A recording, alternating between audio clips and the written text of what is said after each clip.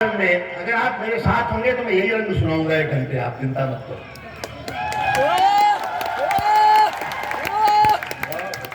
एक लड़की प्यार में मेरी तकदीर हो गई, मैं रांझा बना वो हमारी हीर हो गई, वो रांझा बना वो हमारी हीर हो गई। कब इतने मैंने प्यार के इजहार में लिखे, वो रद्दी बेच बेच के अमीर हो गए, वो रद्दी बेच बेच।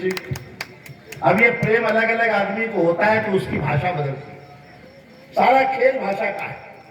राहुल गांधी गए, किसान उनसे मिलने गए अभी किसान आंदोलन के दौरान, बोले राहुल जी मेरी फसल खराब हो गई, ओले पड़ गए, बारिश हो गई, बर्बाद हो गए। राहुल जी भोले आदमी, बोले तुम लोग खुले में फसल बोते ही क्यों? ये भाषा का मामला है। जिनका नाम गुलाम अली आजाद था उन्हें बहुत साल बाद पता चला कि हम तो गुलाम थे। बाद में आजाद होने की कोशिश की तो पता चला ये तो फिर गुलाम हो गए। तो प्रेम अलग अलग आदमी को होता है। सुनना किसान को प्रेम हो जाए उसकी भाषा देखना कि पहले तो जा रही थी जिंदगी ये सेत में, मैं हल चलाता फिर रहा था सूखी रेत में, जब से मिली हो तुम तो लग रहा है इस तरह, तुम बन के भैंस घुस गई हो दिल के खेत में। अब ये प्रेम किसी सब्जी बेचने वाले को हो जाए, अब उसकी भाषा देखो कि चाहत का तेरी मैं सदा अंदाजा रखूंगा, ताल भी दे सकते कि चाहत का तेरी मैं सदा अंदाजा रखूंगा, इस दिल का खुला हर घड़ी दरवाजा रखूंगा, ये बात कही प्रेमिका से सब्जी वाले ने, पानी छिड़क छिड़क के तुझे ताजा रखूंगा। अब ये प्रेम किसी डॉक्टर को हो जाए, क्या कोई है? सारे ही मरीज हैं। अरे बड़ी शर्म करके हाथ उठा रहा है जैसे नकल से पास हुआ हो। अब डॉक्टर का प्रेम है, उसकी भाषा देखो कि वादा जो कर लिया है वो तुझसे निभाऊंगा, तू नर्स है मैं इसको नहीं भूल पाऊंगा।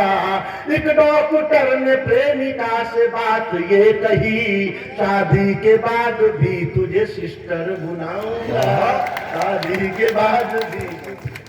अब ये डॉक्टर का प्रेम। तो अलग अलग रंग है कविता के, अलग अलग रंगों के कवि हैं। आप योगेश शर्मा जी को सुनेंगे तो लगेगा कि ओज कैसा हो सकता है। आपने जैसा ओज सुना सोचा भी ना होगा, वहां तक आदरणीय योगेश शर्मा जी लेके जाएंगे। आप उन तक बैठिए, उनको सुनकर जाइएगा, आपको जीवन में एक बिल्कुल अलग अनुभव होगा। कविता बड़ी चीज है। लोग मुझसे कहते हैं कि व्हाट्सएप आ गया, ट्विटर आ गया, इंस्टाग्राम आ गया, कविता हमें क्या देती है, कविता से क्या मिलता है। मैं 10 पंक्तियों में कविता की परिभाषा बताता हूँ। लखीमपुर के लोगों, कोई ये कहे कि कविता ने हमें क्या दिया तो ये 10 पंक्तियां सुनना। जो कविता थी जिसने गोरी को शब्दबान से मारा था, वो कविता थी जिसने गोरी को शब्दबान से मारा था, वो कविता थी जिसके स्वर में दिनकर जी ने हुंकारा था, वो कविता है जो मानस बनकर घर घर गाई जाती है, वो कविता है जिसको गाकर आरती सजाई जाती है, वो कविता है जिसको गाकर आरती सजाई जाती है। ये अजय है क्या? हाँ, मार्केटिंग कर रहे हैं। मैंने सोचा हम शकल आ गया क्या? वो कविता है। अरे वाह, बहुत सुनाऊंगा अभी।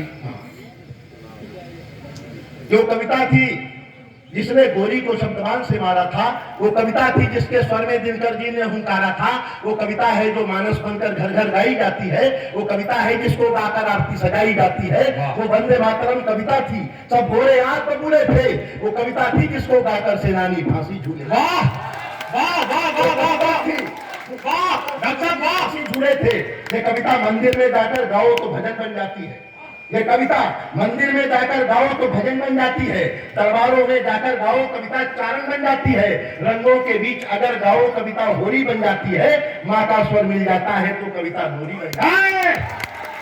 कमाल है, कमाल है। स्वर मिल जाता है तो कविता लोरी बन जाती है। और 2 पंक्तियों में कविता को हिंदुस्तान में जो सम्मान प्राप्त है दुनिया के किसी देश में प्राप्त नहीं है। मैं इशारा करता हूं, समझ जाए तो समर्थन करना कि माँ का स्वर मिल जाता है तो कविता लोरी बन जाती है। मत पूछो कविता की उड़ान, ये स्वाभिमान बन जाती है। कविता ही है जो 1.25 अरब का राष्ट्रगान बन जाती है।